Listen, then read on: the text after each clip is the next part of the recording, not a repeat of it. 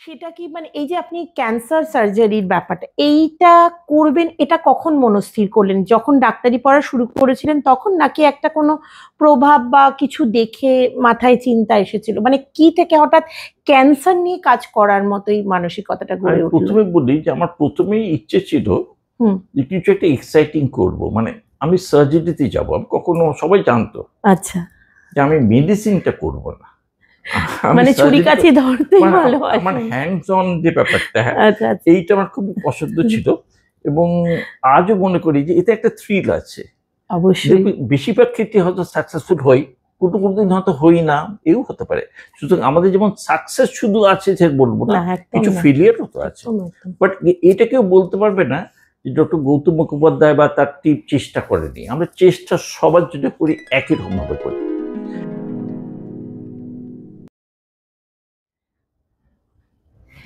কেমন আছেন? ভালো। কাজকর্মের কিরকম চাপ চলছে এখন? যেমন চলে সেরকমই চলছে আর কি। আচ্ছা, এখন তো আপনি রবীন্দ্রনাথ টেগরে আছেন। হ্যাঁ, এখন আমি clinical lead, department of surgical oncology, আচ্ছা। R N. Tagore hospital. R N. Tagore. তো আপনার তো মানে কাজের অভিজ্ঞতা অনেক জায়গায় অনেক রকম ভাবে হয়েছে। তো বর্তমান পরিস্থিতিতে যেখানে কাজ করছেন, কিরকম কাজের স্বাধীনতা বা কিভাবে কাজ করছেন একটু যদি খুলে বলেন। অ্যাকচুয়ালি আমি তো কলকাতায় কাজ করছি 3 দশকের বেশি। তার আগে আমি trend in tata Memorial hospital, Mumbai. এবং এইখানে আমি যা ট্রেনিং পেয়েছি তার সুবাদে পরেও ওখানে বারবার আমি গেছি কিছু আপগ্রেড করতে আর কি। এবং কাজের অসুবিধে তো সেরকম কিছু কলকাতা হয়নি, যদিও এটা ঠিক যে শুরুর দিকে অনেকটা অসুবিধা হয়েছিল। এখন অনেকটা আমি বলবো যে উন্নত, পরিস্থিতি অনেকটা উন্নত এবং ভালো কাজ করতে পারি আমরা। কলকাতাতে ভালো ডাক্তাররা কাজ করছেন এখন, মানে যেটা আমাদের এখন সব পেশাতেই বলা হয় যে কলকাতাতে ভালো যারা তৈরি হচ্ছে তারা সবাই চলে যাচ্ছে বাইরে, এবং কলকাতাতে সত্যি কথা ভালো কিছু হচ্ছে না। এটা আপনি কতটা বিশ্বাস করেন বা আপনি নিজে কতটা মানেন এটা? এটা পুরোপুরি ঠিক নয়। কিছু ডাক্তার আছে যারা দেশের থেকে ট্রেনিং নিয়ে হয়তো বিদেশে কাজ করছে, এরকম ডাক্তার আছে, আমাদের কলিগরাও অনেকে আছে। কিন্তু এটাও তো ঠিক যে কলকাতায় কিন্তু বহু রাজ্য থেকে আমি দেখি ডাক্তার এসে কাজ করেন। আচ্ছা। এবং এটা শুধু এখানকার যে ডাক্তাররা কাজ করেন কলকাতায় যারা পাস করেছে তারা নয়, বাইরের ডাক্তাররাও আসেন। আরেকটা ইন্টারেস্টিং কথা বলতে পারে এই সুবাদে, সেটা হচ্ছে কলকাতার বহু ডাক্তার আছে যারা লিডিং, বিভিন্ন ডিসিপ্লিন লিডিং ডাক্তার, শুধু সার্জন নয়, এবং অন্যান্য লাইনেও যারা খুব ভালো কাজ করেন। অনেকেই কিন্তু হয়তো এমবিবিএস করেছে কলকাতায় বা পশ্চিমবাংলায়, কিন্তু পোস্ট গ্রাজুয়েশন এবং ট্রেনিং নিয়েছে কিন্তু ইন্ডিয়ার অন্য কোনো শহরে। একটা সময় ছিল যখন ডাক্তাররা মনে করতেন যে বিদেশে না গেলে হয়তো সেই ট্রেনিং পাবো না। কিন্তু আজকে দেশে এত রকম সুবিধে আছে এবং এত রকম উন্নত ট্রেনিং আছে যে এখানে ট্রেনিং নেওয়া যথেষ্ট, মানে ভালো ট্রেনিং নেওয়া যায়। এবং এরকম বহু ডাক্তার আছে যারা বাইরে ট্রেনিং নিয়ে এখানে এসছে, কলকাতা এমবিবিএস করেছে বা করেনি, এরকমও আছে আর কি। যেমন আমি Bombay tata Memorial hospital training নিয়েছি, অনেকে হয়তো এইমস দিল্লিতে নিয়েছে, অনেকে হয়তো সিএমসি ভেলোরে নিয়েছে, কিন্তু কর্মক্ষেত্র পশ্চিমবাংলা। এবং আমি আমার ক্ষেত্রে বলতে পারি আর কি যে বাংলার জন্য কাজ করা, এটা কিন্তু আমার প্রথমেই উদ্দেশ্য ছিল। আমি কিন্তু বোম্বেতে থেকে যেতে পারতাম, এটা কোনো বিষয় নয় থেকে যাওয়া, কারণ ওখানে অপরচুনিটি অনেক আছে, এখনও আছে। কিন্তু কলকাতায় কাজ করে একটা ডিসিপ্লিন ডেভেলপ করা, ভালো করে কাজ করা, লোকের সুবিধে করা, এবং এখানেই আমাদের জন্ম, এখানেই কাজের সুবিধে। আপনি যে কথাটা বললেন সেই কথার পরিপ্রেক্ষিতেই বলছি যে বম্বেতে কাজের অনেক সুবিধা, বা বম্বেতে, কলকাতার এখন একটা কথা আমরা প্রায়শই শুনতে পাই যে সব সেক্টরে যেটা, যে একটা সরকারি চাপ বলুন বা একটা পারিপার্শ্বিক সমস্যা তৈরি হচ্ছে, যেখানে মানুষ খোলা মনে, ধরুন যে শুধু মানে চিকিৎসা তো শুধু পরিষেবা দেওয়া নয়, চিকিৎসা মানে হচ্ছে তার মধ্যে একটা সেবা, সঙ্গে সঙ্গে একটা দায়িত্ববোধও থাকে। সেই দায়িত্ববোধ নিয়ে একজন ডাক্তার যদি সত্যিকারের কাজ করতে চান, অনেক ক্ষেত্রে তাকে বাধার সম্মুখীন হতে হয়।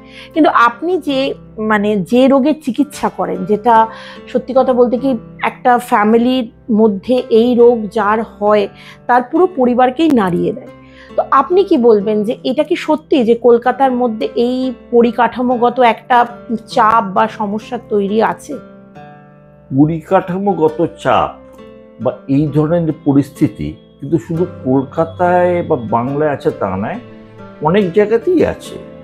এবং আমি একটা কথা বলতে পারি যে 90-এর দশকে একরকম সমস্যা ছিল, 10 বছর পরে অন্যরকম সমস্যা, আজকে অন্যরকম সমস্যা আছে। কিন্তু সমস্যা কিছু থাকতে পারে, কিন্তু এর মধ্যে কিন্তু ভালো কাজ করা সম্ভব। এবং চিকিৎসা ক্ষেত্রে বলতে পারি দুটো দুই ভাগ আমরা করি, একটা হচ্ছে সরকারি আর একটা হচ্ছে বেসরকারি। আমি কিন্তু কখনো সরকারি চাকরিতে যাইনি, আমি কিন্তু পুরোপুরি বেসরকারিতেই কাজ করেছি। তার মূল কারণ আমি বলতে পারি যে আমি কারণ ইনফ্লুয়েন্সে কাজ করিনি। আমরা যা শিখেছি বম্বেতে, আমার যারা টিচার ছিলেন এবং তার আজও আমার টিচার, আজও আমি ছাত্র, তাদের কাছ থেকে আমি শিখি যারা আছেন এখনো। এবং এইটুকু বলতে পারি যে ইন্ডিপেন্ডেন্ট কাজ করতে আমার খুব সুবিধে হয়েছে। মানে কারোর আন্ডারে, যেমন সরকারি হাসপাতাল অনেক সময় কি থাকে, একটা পরিকাঠামো থাকে, একটা বিভাগীয় প্রধান থাকে, কয়েকজন প্রফেসর, অ্যাসিস্ট্যান্ট প্রফেসর। আমাদের কিন্তু ওসব কিছু নেই।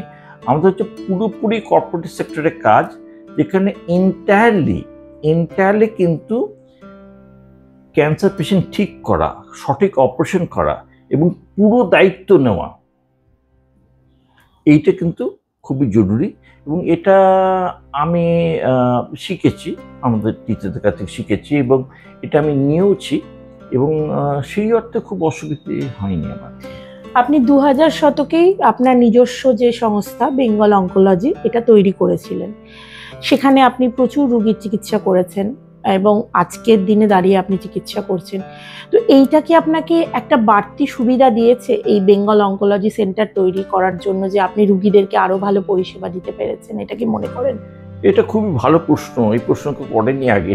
আমি একটা কথা বলতে পারি যে আমি কলকাতা ফিরে আসার পর আমি যেটা দেখেছি, এবং আমার যারা টিচাররা ছিলেন তাদেরও একটা বক্তব্য ছিল যে মানুষকে সাহায্য করাই হচ্ছে আমাদের মূল কাজ, এবং সেই সাহায্য করতে গিয়ে হয়তো অনেক কিছু অসুবিধা হতে পারে, কিন্তু মূল হচ্ছে মানুষকে সাহায্য করা। এবং থ্যাংক ইউ। এই যে সাহায্য করার জন্যে একটা সঠিক ওপিনিয়ন দেওয়ার দরকার আছে, সঠিক ওপিনিয়ন। কারণ একটা সময় ছিল যেখানে কিন্তু অনেকে কলকাতায় এবং পশ্চিমবঙ্গে ভাবতেন যে ডাক্তার হয়তো সঠিক ওপিনিয়ন দিচ্ছেন না, নিজের স্বার্থটা দেখছেন বা হাসপাতালের স্বার্থ দেখছেন, এরকম একটা ব্যাপার থাকে। তাই আমি ঠিক ভেবেছিলাম যে নিজের একটা জায়গা থাকা দরকার, যেটা নাম দিয়েছে বেঙ্গল অঙ্কোলজি সেন্টার। এবং এইটা 2002 সালে শুরু হয়, এবং এতে যেটা মূল আমাদের উদ্দেশ্য হচ্ছে পেশেন্টদের সঠিক উপদেশ দেওয়া, without influence of anybody, independent, সঠিক, যেটা আমি সঠিক মনে করছি সেটা উপদেশ দেওয়া। তারপর সে ট্রিটমেন্ট আমাদের কাছে করতে পারে, অন্য জায়গায় করতে পারে, সেটা হতেই পারে, কিন্তু সঠিক উপদেশ দেওয়ার যে জায়গাটা, যে আননেসেসারি ইনভেস্টিগেশন, এসবগুলো আমরা অ্যাভয়েড করতে পারি। কারণ এটা পুরোপুরি আমারই জায়গা, শুধু উপদেশটা আমরা ঠিক মতো দিতে পারি। এবং এতে কিন্তু বহু মানুষ উপকৃত হয়েছে, বহু মানুষ। তাদের সাথে এখনো নিশ্চয়ই আপনার যোগাযোগ আছে, যারা হয়তো আপনার কাছে চিকিৎসা করে সেরে গেছেন, বা তাদের পরিবার পরিজনদের কেমন লাগে? বহুই আছে, এবং শুধু তাই নয়, আমার তো ধরুন কলকাতায় 30 প্রায় 32 বছর, 3 দশকের বেশি কাজ হয়ে গেছে। আজকে ধরুন যেসব পেশেন্ট দেখি বা যারা আসে বা যায়, অনেকেই তাদের রেফারেন্সে আসে যায়। এমন নয় তাদের আমরা ডেকে আনি বা কোনো অ্যাডভার্টাইজমেন্ট দিয়ে কোথাও দেখবে না যে আমাদের কোনো অ্যাডভার্টাইজমেন্ট বেরিয়েছে। কারণ এটা আমরা এটা কমার্শিয়াল অ্যাক্টিভিটি হিসেবে দেখি না, এটা কমার্শিয়াল অ্যাক্টিভিটি নয়। মানুষ সাহায্যের জন্য আসে, তাদের সাহায্য করা আমার কাজ, এবং সেই কাজ করতে গিয়ে হয়তো কিছু আমাদের আর্থিক লাভ হয়, কিছু আর্থিক লাভ না আর্থিক উপার্জন হয়, এবং হয়তো তারা ভালোও বলে। সেটাই আমাদের লাভ। সুতরাং ওই দিকটা আমরা কমার্শিয়াল দিকটা অতটা দেখি না। আমরা মূলত কিন্তু একজন পেশেন্টের তাকে সঠিক উপদেশ দেওয়া এটা হচ্ছে আমাদের মূল কাজ, এবং তারপর তার ট্রিটমেন্ট করা। এবার আমরা সব ক্ষেত্রে কিন্তু বা অনেক ক্ষেত্রে আমরা কিন্তু ফ্রিতে ট্রিটমেন্ট করতে পারি না, কারণ আমরা সরকারি হসপিটালে যাই না। আমাদের আধুনিক যে ইনস্ট্রুমেন্ট বা আধুনিক যে পরিকাঠামো, এটা তো কোনো কর্পোরেট হাসপাতালের উপর ডিপেন্ড করতেই হয়, এবং সেইখানে আমরা ট্রিটমেন্ট করি, কিন্তু সব কিছু জানিয়ে আমরা ট্রিটমেন্ট করি। বুঝতে পেরেছি। আপনি তো কিছুদিন আগে বরিষ্ঠ চিকিৎসক সম্মানে ভূষিত হয়েছেন, সরকারি এই সম্মান। তো আমাদের কলকাতায় এই সম্মান আপনি পেলেন চিকিৎসক হিসাবে, তো কিরকম লাগছে এই সম্মানটা যে পেয়েছেন, এবং এর অনুভূতি, এবং এই যে এতদিনের চিকিৎসা কাজ করে যাচ্ছেন সেই হিসাবে একটা স্বীকৃতিও বলা যায়। স্বীকৃতি তো মানুষকে নতুন কাজের দিকে প্রেরণা দেয়। তো একটু নিজের অনুভূতিটা যদি বলেন। এটা আমি কি বলতে পারি, ধরুন পুরস্কার দিয়েছে সরকার, রাজ্য সরকার। শুধু রাজ্য সরকার যখন পুরস্কার দেয়, বা দেশের সরকার হোক বা রাজ্য সরকার হোক যখন পুরস্কার দেয়, এটা অবশ্যই খুবই সম্মানের। এবং তুমি নিশ্চয়ই জানো যে আমি কোনো রকম কোনো রাজনৈতিক দল বা ওই ধরনের কোনো কাজ আমরা করি না, কারোর সঙ্গে নেই, আমরা নিউট্রাল এবং সেইভাবে কাজ করি। সেই অর্থে বলতে পারি আমি সরকারের কাছে কৃতজ্ঞ যে তারা আমায় যোগ্য মনে করেছেন এবং দিয়েছেন। এবং এই যদি এই পুরস্কার বা এই স্বীকৃতি, আমি বলবো স্বীকৃতি যেটা দিয়েছেন, সেটা কিন্তু আমি বলবো সাধারণত ক্যান্সার পেশেন্ট, এই মোস্টলি আমি ট্রিটমেন্ট করেছি হচ্ছে মানে যাদের উপকার করতে চেষ্টা করেছি আর কি, মোস্টলি মিডল ক্লাস বাঙালি বা মিডল ক্লাস থাকেন এই ধরনের লোক। এছাড়া বাংলাদেশ আছে, ভুটান আছে, সিকিম আছে, অনেক পার্শ্ববর্তী রাজ্যেরও লোকজন আসে। সুতরাং এইটা একটা নিশ্চয়ই অনুপ্রেরণা, এবং এটা তো নিশ্চয়ই, তবে এটা আমি ব্যক্তিগতভাবে নিতে পারি না, এটা আমাদের এন্টায়ার যে মেডিকেল টিম আছে তাদেরও প্রাপ্য। কতজন আছেন এখানে আপনার সাথে? আমার সাথে এই মুহূর্তে 4-5 জন তো আছেই, কিন্তু আমাদের এমনি খুব বড় টিম আছে। আচ্ছা। এবং এটা এন্টারলি বলতে পারে যে একটা টিম ওয়ার্ক, সেই টিম ওয়ার্ককে আমি রিপ্রেজেন্ট করছি। বুঝতে পেরেছি। তার মানে আপনি পুরোটাই বলছেন যে এটা একটা দলগত সাফল্য বলা যায়। এটা অবশ্যই, অবশ্যই এটা ব্যক্তি সাফল্য বলা যায় না। সে ব্যক্তি বনাম প্রতিষ্ঠান তা নয়, এটা ব্যক্তিগত কোনোভাবেই নয়, এটা সেই হয়তো তো প্রতিষ্ঠানেরও কোনো স্বীকৃতি নয়, কিন্তু এটা দলগত একটা স্বীকৃতি, একদম একটা টিমের স্বীকৃতি। মানে সবাই মিলে একসাথে কাজ করেছেন, আপনি হয়তো সেনাপতির ভূমিকাটা নিয়েছেন, আপনি এগিয়ে নিয়ে গেছেন, মানে কাজটাকে এগিয়ে নিয়ে যাচ্ছেন, চেষ্টা করেছি সেটাই এগিয়ে নিয়ে যাওয়া। এবার একটু পেছন দিকে যদি সরে যাই, আপনার বড় হয়ে ওঠা এবং পারিবারিক একটু ছবিটা বলুন। কিরকম পরিবারে বড় হয়ে ওঠা, আপনার পারিপার্শ্বিক পরিবেশ কিরকম ছিল একটু বলুন। অ্যাকচুয়ালি বংশ পরম্পরায় মানে আমাদের বাড়িতে সবাই প্রায় মানে সরকারি চাকরি করেছেন, এবং আমার বাবা একজন মানে ওয়েস্ট বেঙ্গল কাডারের 1953 ব্যাচের IAS অফিসার ছিলেন। উনি সেতারও বাজাতেন বিমান মুখোপাধ্যায় নামে, এবং আমার মা হাউসওয়াইফ। তো আমরা অ্যাকচুয়ালি আমার জন্ম যখন হয়েছে তখন বাবা ছিলেন দার্জিলিংয়ের ডিস্ট্রিক্ট ম্যাজিস্ট্রেট, তখন চাইনিজ অ্যাগ্রেশন হয়েছিল। আচ্ছা। এবং আমার জন্ম হয়েছিল ইডেন হসপিটালে, যেটা মেডিকেল কলেজে আছে। পরবর্তীকালে আমি কিন্তু সেই মেডিকেল কলেজেরই ছাত্র। হ্যাঁ, আপনি মেডিকেল কলেজেই পড়াশোনা করেছেন। সেখান থেকে আমি যাই টাটা মেমোরিয়াল হসপিটালে। সুতরাং মানে ইনিশিয়াল যে দিন যেটা আমার মনে পড়ে আর কি, সেই সময় কিন্তু আমি ছিলাম 44 আইনসার রোডে, যেখানে সরকারি আইএস অফিসারদের কোয়ার্টার ছিল আর কি, মানে ওখানেই ছিল। 36টা ফ্ল্যাট ছিল মনে আছে, মাঝখানে একটা মাঠ ছিল, আমরা খেলতাম ওখানে। এবং তারপরে 1974 সালে যখন আমি পড়ি ক্লাস 7-8 সেন্ট জেভিয়ার্স স্কুলে, তখন বাবা বাড়ি করেন লেক টাউনে। আচ্ছা। তখন সরকার জমি দেয় লেক টাউন, সল্ট লেক, ওই জমি দিচ্ছিল। তখন সবে শুরু হচ্ছে আর কি। বুঝতে পেরেছি। আজকে লেক টাউন সল্ট লেকের সঙ্গে গুলিয়ে ফেলো না, এটা কিন্তু আগেকার দিন, মানে আগের সময় পুরনো লেক টাউনের সময়। তো এই সময় ওই সময় আর কি বাবা বাড়ি করেন, ওখানে আমরা শিফট হয়ে যাই লেক টাউনে। কিন্তু আমি সেন্ট জেভিয়ার্স স্কুলেই পড়তাম, কিন্তু ওখানে লেক টাউন থেকে সেন্ট জেভিয়ার্স স্কুলেই পড়তাম, অনেকটা দূরত্ব। অনেকটা দূরত্ব। এবং ওটা তো যেহেতু একটা বাস যেত 45 একটা নাম্বার বাস যেত, যাই হোক। তো ওই সময় এবং কিছু সরকারি বাসও যেত, এলটিসি ইত্যাদি এরকম যেত ওই সময়। তো যাতায়াত করতাম রেগুলারলি। এবং সেন্ট জেভিয়ার্সে 11-12ও পড়েছি আমি। আচ্ছা। এবং তারপরেই আমি মেডিকেল কলেজ। আচ্ছা, তারপরে মেডিকেল কলেজে পড়তে আসা, এবং তারপর ওখান থেকে পাশ করে তারপর টাটাতে চলে তারপর আমি টাটা মেমোরিয়াল হসপিটালে ক্যান্সার সার্জারির জন্য আমি ওখানে যাই। সেটা কি মানে এই যে আপনি ক্যান্সার সার্জারির ব্যাপারটা এইটা করবেন, এটা কখন মনস্থির করলেন? যখন ডাক্তারি পড়া শুরু করেছিলেন তখন, নাকি একটা কোনো প্রভাব বা কিছু দেখে মাথায় চিন্তা এসেছিল? মানে কি থেকে হঠাৎ ক্যান্সার নিয়ে কাজ করার মতোই মানসিকতাটা গড়ে উঠল? প্রথমে বলি যে আমার প্রথমেই ইচ্ছে ছিল যে কিছু একটা এক্সাইটিং করব, মানে আমি সার্জারিতে যাব। আমি কখনো, সবাই জানতো আচ্ছা, যে আমি মেডিসিনটা করব না, মানে ছুরি কাছে ধরতে ভালোবাসি, আমার হ্যান্ডস অন যে ব্যাপারটা, আচ্ছা, এইটা আমার খুব পছন্দ ছিল। এবং আজও মনে করি যে এতে একটা থ্রিল আছে। অবশ্যই বেশিরভাগ ক্ষেত্রে হয়তো সাকসেসফুল হই, কোনোদিন হয়তো হই না, এও হতে পারে। সুতরাং আমাদের যেমন সাকসেস শুধু আছে যে বলবো না, কিছু ফেলিয়ারও তো আছে। বাট এটা কেউ বলতে পারবে না যে ডক্টর গৌতম মুখোপাধ্যায় বা তার টিম চেষ্টা করেনি। আমরা চেষ্টা সবার জন্য করি, একই রকম ভাবে করি। সুতরাং এই একটা থ্রিল ছিল যে সার্জারিতে যাব।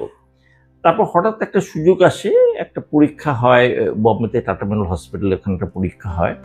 তো সেইখান থেকে আমি টাটা মেমোরিয়াল হসপিটালে মানে ক্যান্সারে দাখিল হই।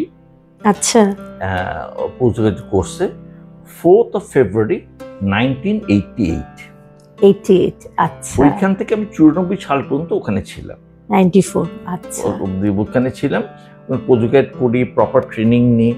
অ্যাকচুয়ালি আমি একটা কথা বলতে পারি, আমি কিন্তু গিয়েছিলাম সত্যি কথা বলতে, ক্যান্সার আমার একটা এম ছিল ঠিকই, কিন্তু সেই সময় কিন্তু সবাই জানতো cancer is no answer, cancer treatment করে কোনো লাভ নেই। আমি 80-র দশকের কথা বলছি।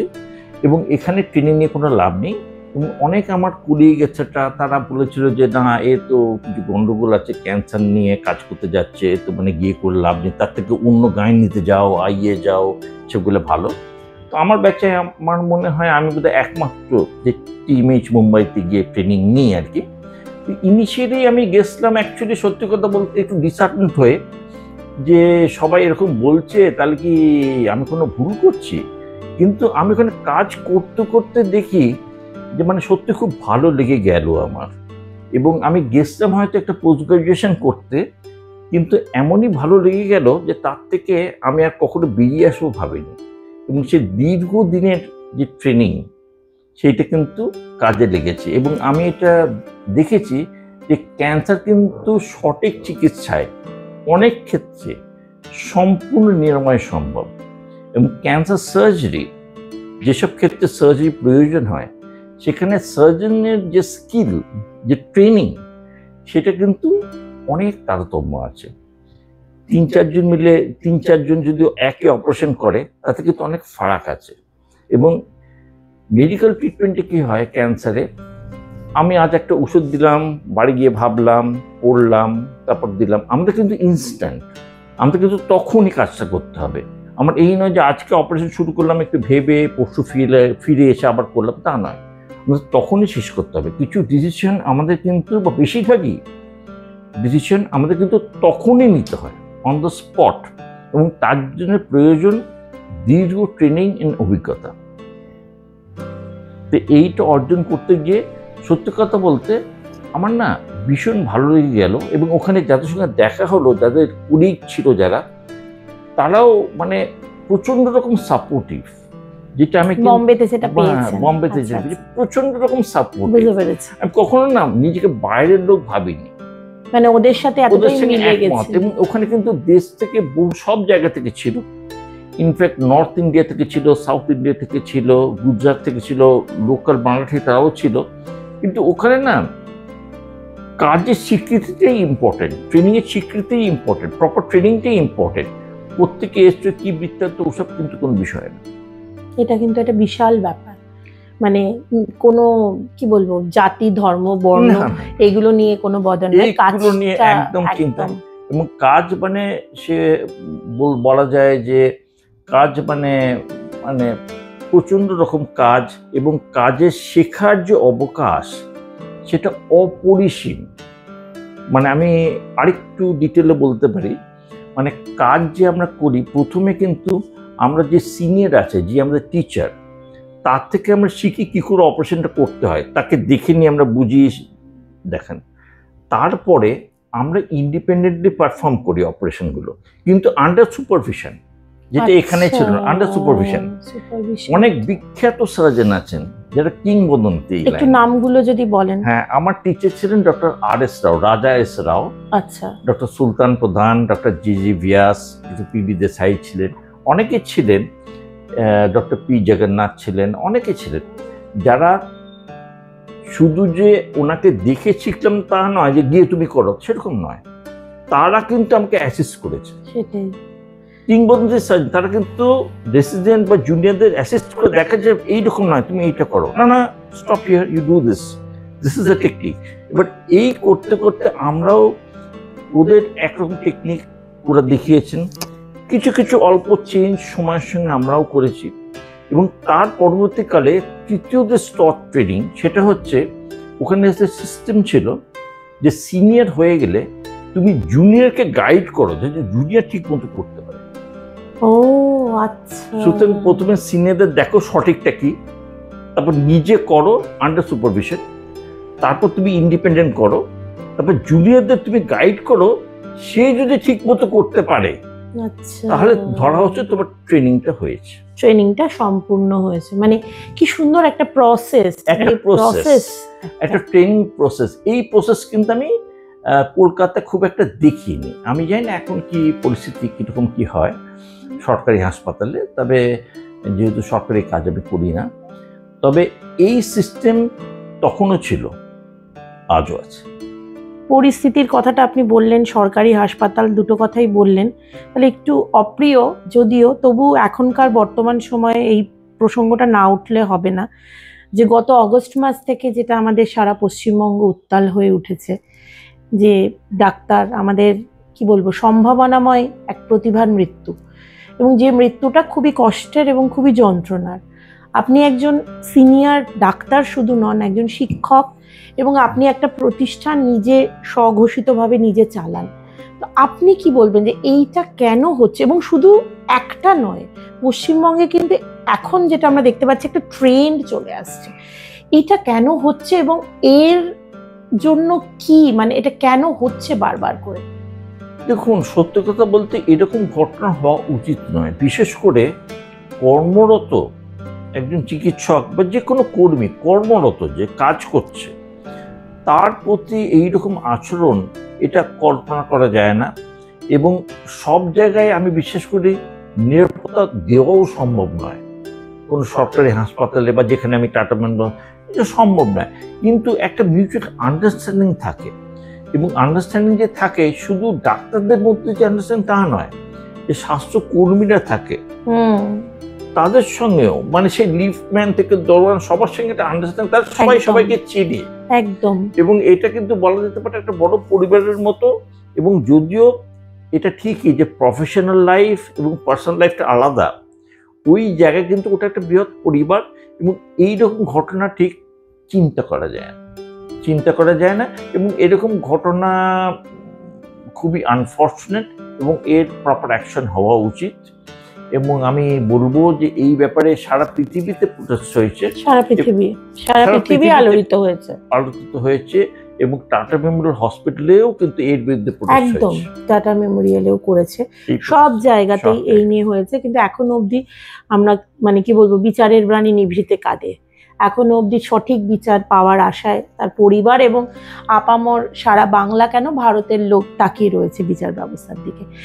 যাই হোক স্যার, যেটা এবার একটুখানি সংক্ষেপ করছি আলোচনাটা, সেটা হচ্ছে যে আপনি বললেন যে পশ্চিমবঙ্গে বা বাংলা বা আমাদের ভারতবর্ষে এখন পরিকাঠামো তৈরি হয়েছে যে ডাক্তারি চাইলে যে বিদেশেই যেতে হবে তাদের নয়, দেশের মধ্যে বা এই বোধটা এখন ছেলে মেয়েদের মধ্যেও আসছে, নিশ্চয়ই তাদের বাবা মার মধ্যেও আসছে, এবং তারা পড়াশোনা করছে।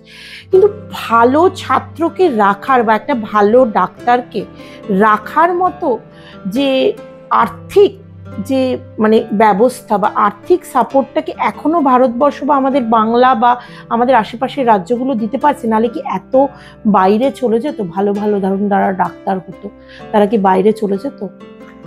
দেখো, আমি দু তিনটে কথা বলতে পারি। একটা হচ্ছে আমাদের দেশে জন্ম, জন্য দেশের জন্য কাজ করে আমাদের মূল কাজ একদম, বলে আমি একদম। মনে করি। এক, দ্বিতীয়ত হচ্ছে আজকে যারা ভালো ট্রেনিং নিয়েছে, সে মেডিকেল সাইডে হোক, সার্জিক্যাল সাইডে হোক, ক্যান্সারে হোক, অন্য কিছুতে হোক, ভালো ট্রেনিং নিয়েছে, তাদের জন্য কিন্তু কোনো অসুবিধা নেই। অনেক কর্পোরেট হসপিটাল আছে কলকাতায় এবং বাইরে এবং ভারতের বিভিন্ন প্রান্তে, যেখানে মানে আর্থিক সুবিধা তো আছেই, এছাড়াও কিন্তু কাজেরও সুবিধা আছে। এবং আজকে অনেক কিছু বা প্রায় সব কিছু অ্যাভেলেবেল আছে আর কি, ট্রিটমেন্ট করা যায়। শুধু দরকার কি জানো? দরকার হচ্ছে মানসিকতা এবং ট্রেনিংটা সঠিক জায়গায় ব্যবহার করা, সঠিকভাবে ব্যবহার করা। এবং যারা সত্যি খুব ভালো সার্জন এবং মেডিকেল লাইন যারা সত্যিই ভালো, তাদের কোনো অসুবিধা নেই। আমি একটা কথাই বলবো যে যে কোনো ডাক্তার শুধু ডিগ্রি পাশ করাই অ্যাডিকুয়েট নয়, তারপর কিন্তু যদি ভালো করে ট্রেনিং নেয় তাহলে কিন্তু সে একটা জায়গায় পৌঁছে যাবে। বিদেশে যেটা সুবিধে আর কি যা জানি আর কি, সেটা হচ্ছে চাকরি বেসড আর কি। আচ্ছা, এখানে সরকারি সিস্টেমে চাকরি বেসড, এটা একটা সিস্টেম। আর কর্পোরেট হসপিটালে যেটা আছে সেটা কিন্তু সেই অর্থে চাকরি বেসড নয়, সেটা হচ্ছে মানে পার্সন টু পার্সন, সবার সঙ্গে আলাদা ডিলিং, তার ট্রেনিং, তার এক্সপিরিয়েন্স, তার সে কতটি পারবে করতে, সে কি রেজাল্ট দিতে পারবে, এই সব মিলিয়ে ট্রেনিং। সুতরাং এটা একটা বলা যেতে পারে এটা একটা চ্যালেঞ্জ, এবং চ্যালেঞ্জের জন্য প্রস্তুত হতে গেলে প্রচুর ট্রেনিং। সেই ট্রেনিংটাই আসল, মানে আগে তুমি কতটা শিখতে পারছো সেই শেখাটা। একটু পরিবারের কথা বলুন, পরিবার নিয়ে একটু বলুন, মানে এত ব্যস্ততার মধ্যে পরিবারে কারা আছেন, তাদের সাথে কি করে সময় কাটান, কিভাবে কি করেন? আমার স্ত্রী নন্দিনী, ও বেসিক্যালি MA পলিটিক্যাল সায়েন্স এবং মন্টেসরি এডুকেশনের ট্রেনিং নিয়েছে আর কি। আচ্ছা, একটা ডিপ্লোমা আছে এবং মন্টেসরি স্কুলেও পড়াতো, এখন পড়াচ্ছে না কিন্তু পড়াতো। আচ্ছা আচ্ছা আচ্ছা। তো এই কিন্তু মূলত ওই পরিবার দেখে এবং সবকিছু মানে পারিবারিক যে কাজ দেখাশোনা সবই ও করে। আচ্ছা, এখানে আমি বলতে পারি অনেকটা আমার খামতি আছে হয়তো।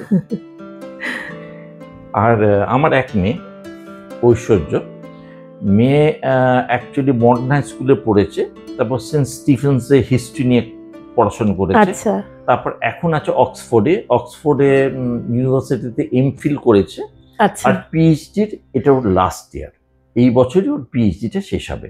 ওর সাবজেক্ট সোশ্যাল অ্যানথ্রোপোলজি। আচ্ছা, আর অ্যাকচুয়াল বিষয় হচ্ছে waste management in cities. Best management, best. আচ্ছা আচ্ছা। তার মানে ছোট পরিবার, সুখী পরিবার। ঘুরতে যান, ঘোরা বেড়ানো হয় মাঝে মধ্যে। ইনফ্যাক্ট আমার যাওয়ার কথা ছিল অক্সফোর্ডে, আচ্ছা মেয়ের যে MPhil-এর যে কনভোকেশন হলো, আচ্ছা আচ্ছা, তাতে কিন্তু যাওয়া হয়নি, কিন্তু যাওয়া হয় মাঝে মধ্যে যাওয়া হয়। কিন্তু নেক্সট ইয়ার আশা করি PhD যখন কনভোকেশন হবে যাব। আচ্ছা, মানে আমরা যাব, সবাই যাব, মানে সবাই যাবেন। আর আপনার এমনিতে আর কি, মানে বাড়িতে সময় কাটানো ছাড়া আর কি মানে ভালো লাগে, আর কি করতে ভালো লাগে, মানে নেশা কি? আর দেখুন, আমাদের সত্যি কথা বলতে বাবার দিক থেকে, বাবা তো IAS অফিসার ছিলেন আপনাকে বললাম, কিন্তু এছাড়া বাবার কিন্তু মূল ধ্যান ধারণা ছিল মিউজিক। আচ্ছা উনি আচ্ছা, সেতার বাজাতেন। হ্যাঁ বললেন তো আমাকে। হ্যাঁ, জয়পুর সিনিয়র ঘরানা ওনার ছিল আর কি। তো উনি পাবলিকলি অত বাজাতেন না, উনি ন্যাশনাল মিউজিক ফেস্টিভ্যালে দূরদর্শন রেডিও হিসেবে বাজাতেন। তো আমিও অল্প একটু চেষ্টা করেছি, কিন্তু হয়নি, আমার সে হয়তো স্কিল ছিল না, যার জন্য করে উঠতে পারিনি আমি। কিন্তু আমি মিউজিক শুনি বাড়িতে আর কি, সে ক্লাসিক্যাল হোক বা নন ক্লাসিক্যাল হোক, এগুলো শুনি। এছাড়াও আমি ক্রিকেট দেখি, ক্রিকেট আমরা খেলতাম এবং ক্রিকেট দেখি। ক্রিকেটের ভক্ত, তার মানে ক্রিকেট খেলা। আর নতুন কিছু মানে এই যে যা করছেন এর বাইরে নিজের কাজের ক্ষেত্রে ভবিষ্যৎ পরিকল্পনা কিছু রেখেছেন? অ্যাকচুয়ালি ভবিষ্যৎ পরিকল্পনা হচ্ছে মানুষকে সাহায্য করা হচ্ছে আমাদের মূল পরিকল্পনা। ক্যান্সার পরিবারকে রিলিফ দেওয়া, এটা হচ্ছে মূল পরিকল্পনা। আমি আবারও বলছি, বহু ক্ষেত্রে আজ আমি সাকসেসফুল হয়েছি, কিন্তু বহু কিছু ক্ষেত্রে হয়তো হইনি, এমনও আছে। সুতরাং এটা যেমন একটা দিক, অন্য দিক হচ্ছে আমার লেখালেখি করারও শখ আছে একটু। আচ্ছা, লেখা বলতে আমি একটা খুব বিখ্যাত দৈনিক ইংরেজি সংবাদপত্রে, হ্যাঁ, দ্য টেলিগ্রাফ, ওখানে আমি প্রতি মাসে একটা কলাম লিখি। প্রায় 50টার মতো হয়ে গেছে লেখা আর কি। আমি লিখি মূলত হচ্ছে একটা বিষয় on health issues which have a wide social requirement. যেমন ধরা যেতে পারে পেশেন্ট ন্যাভিগেশন, মানে একজন পেশেন্ট হাসপাতালে যাচ্ছে, কাউকে খুঁজে পাচ্ছে না, ন্যাভিগেটর মানে একজন এসে তাকে হেল্প করবে, এই ধরনের লিখি। বা বাঙালি অনেকে মোটা বাচ্চা প্রেফার করেন, রোগা হয়ে গেলে খুব মুশকিল, তো সেই অ্যাঙ্গেলে দেখি। অনেক একবার লিখেছিলাম ডাক্তারের হাতের লেখা নিয়ে, হ্যান্ড রাইটিং অফ ডক্টর, মানে অদ্ভুত। হ্যাঁ, তো medical issues which have a wide social angle. বুঝতে পেরেছি, মানে এই বিষয়গুলো যেগুলো লোকে পড়ে আনন্দ পাবে। অনেক ধন্যবাদ আপনাকে। সুস্থ থাকুন, ভালো থাকুন, আর আরো অনেক ভালো ভালো কাজ আপনার থেকে আমরা পাবো, আরো সেবা পরিষেবা। ভবিষ্যতে আবার কথা হবে। আপনাদের সকলকে নমস্কার। নমস্কার আমার তরফ থেকে।